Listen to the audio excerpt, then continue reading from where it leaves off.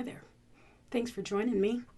I wanted to ask you a few questions, and one of them is about honesty. How do you feel about that?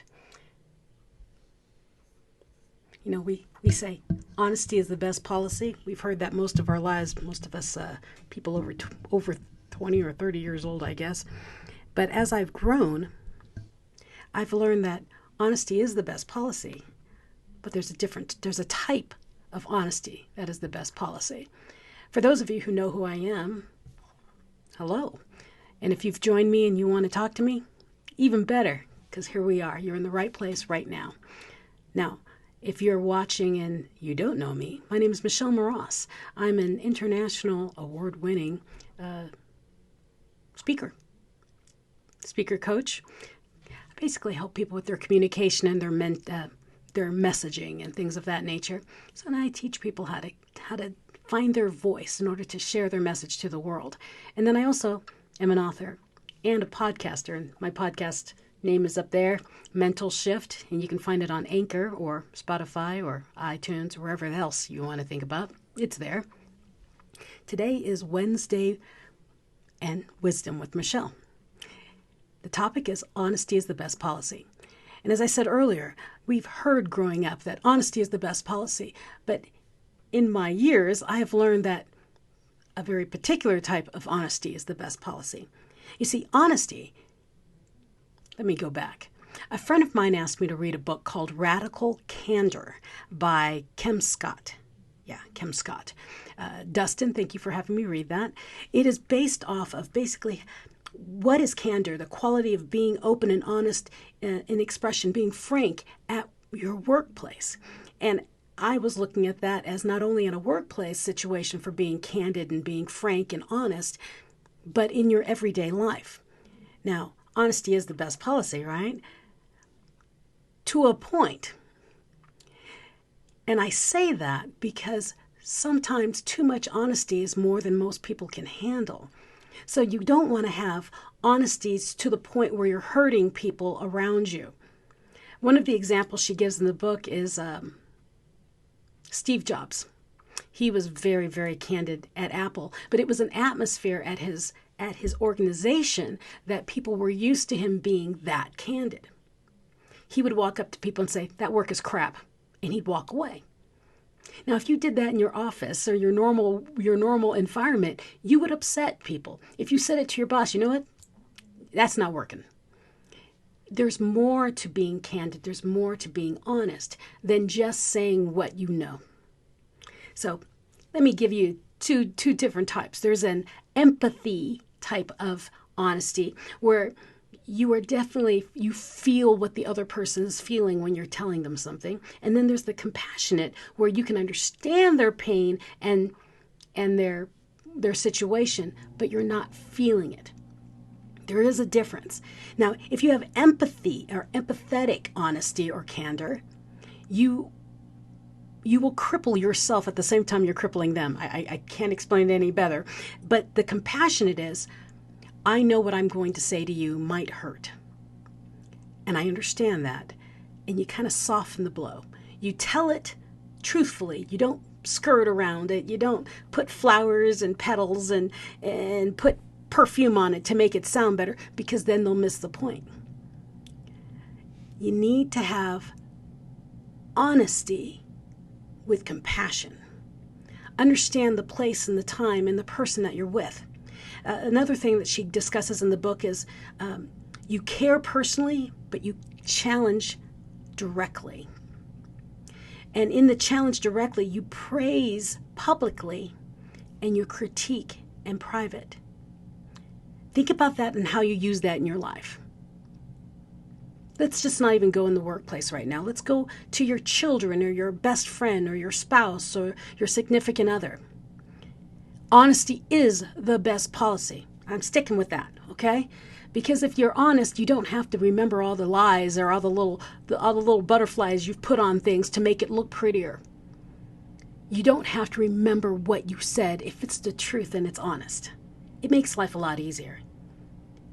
But in your family, the people you care about, and your workplaces and your friends, when you are radically candid, you need to caveat that with, not just being empathetic. You need to find it with compassion. And when you have that kind of rapport with people, they know that you will tell them honestly and that you're coming from a place of caring and love and that you're not out to get them.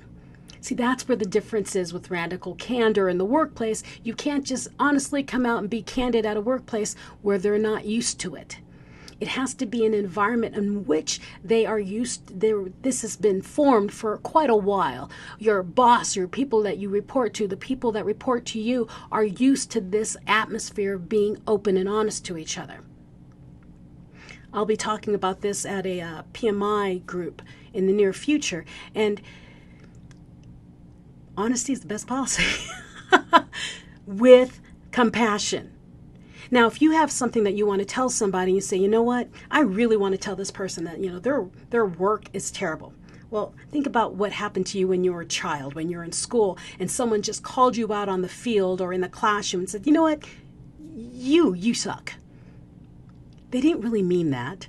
They meant, what you did at that moment was not good. But that radical candor wounded you. As a coach and a trainer or a life coach, whatever hat I'm wearing at the time, so many people come to me wounded from a word or a phrase that someone said to them when they were younger. Someone was radically candid with them. So if you're reading that book, or if you want to read that book, I highly suggest it because she's got some amazing ideas. But you have to read the chapter on empathy and compassion. I remember at a time in my life when I think I was in the Philippines at Wagner High School, and I tried out for the volleyball team. I'm a whopping 5 foot tall now, and I used to be probably about 4'9", and I tried out for the volleyball team. I'm good. I'm also incredibly short. So as we rotate and I come up to the front, when I'm at the net, I couldn't spike the ball.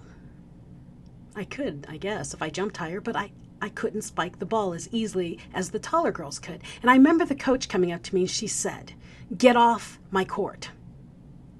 You're too short."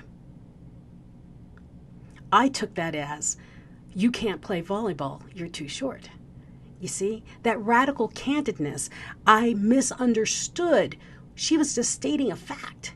She wanted everyone on that team to be over 5'6". So be careful how radically candid you are or how honest you truly are. Be honest with the caveat that you understand that the other person in front of you is a human with feelings and what you say may hurt them. Must you say what you have to say? I mean, do you have to tell them that candidly? Or can you pull them aside and say, as a friend, as your coworker, as your cohort in crime, whatever it is, I'm seeing you do this and I don't want you to hurt yourself. You are hurting yourself. And as a friend, as a cohort,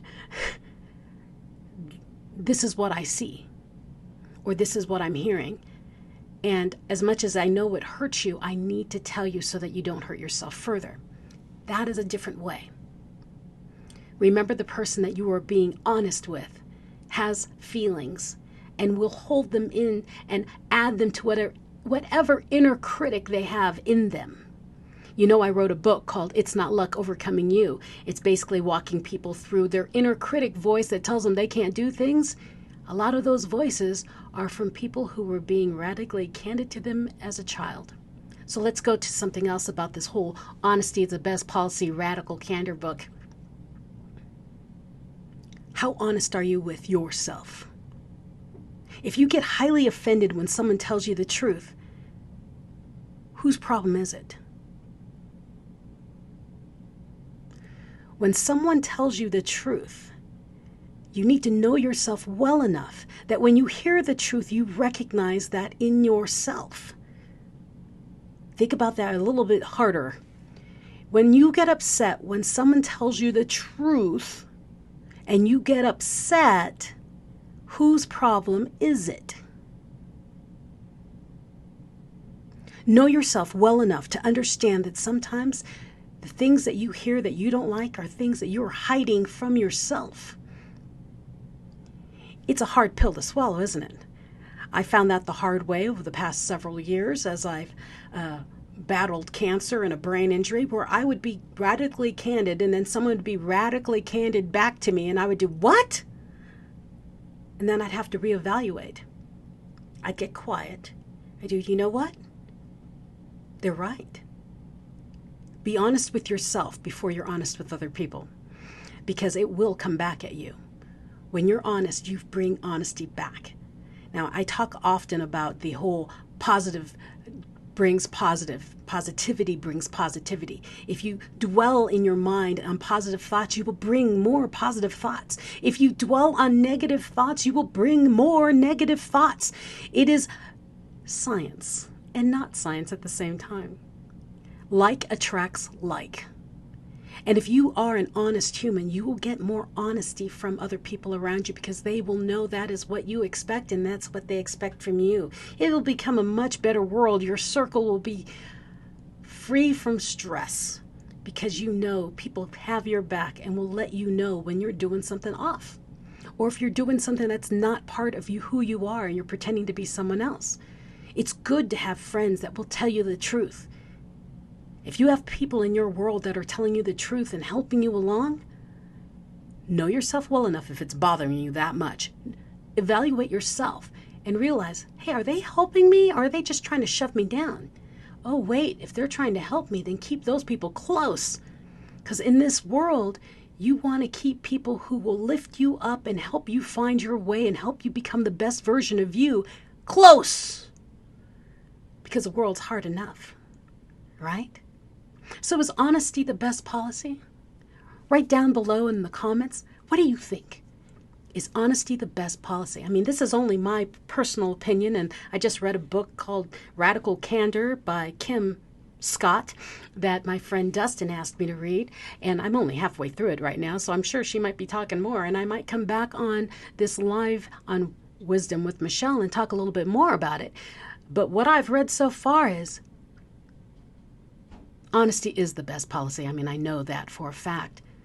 But you need to temper that by knowing that the person you're being honest with is a human with feelings and their own inner critics and their voice in their head that tells them that they're not good enough. And if you come up and you say, you suck, you know, your job and what you do and blah, blah, blah, you're a terrible parent, you do that, you will crush them.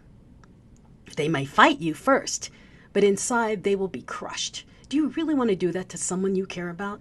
No. So remember, you want to use compassion when you use your honesty. See where they are in their life and their situation and be able to temper what you say and make sure what you say, is it needed to be said? Is it what you're saying, is it going to save them a lot of stress in the future, or will it help them grow as a human? Or you just not like their shoes that day? Evaluate what you say.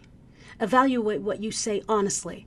And for those of you on Facebook, you know, when you like to rant on Facebook, or if you want to rant on Twitter or LinkedIn or what else the other one, Instagram or whatever else there is out there, if you're being honest, who are you being honest for? Is this some personal gain of yours? Is there some selfish reason behind it? Then don't do it. If you're doing it to help someone grow and be a better person, or if you want to help yourself be a better person, great. But if you're out to just slash at people, the world's already negative enough. You don't need to add that into the world. And that's my personal opinion. Grow. Be the best version of you. Honesty is the best policy, but remember to temper it with compassion.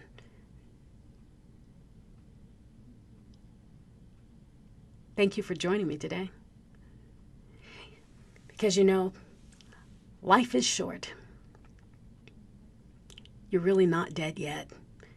There's time to change, to get up, to grow, to improve, to be the best version of you. And every day is a gift.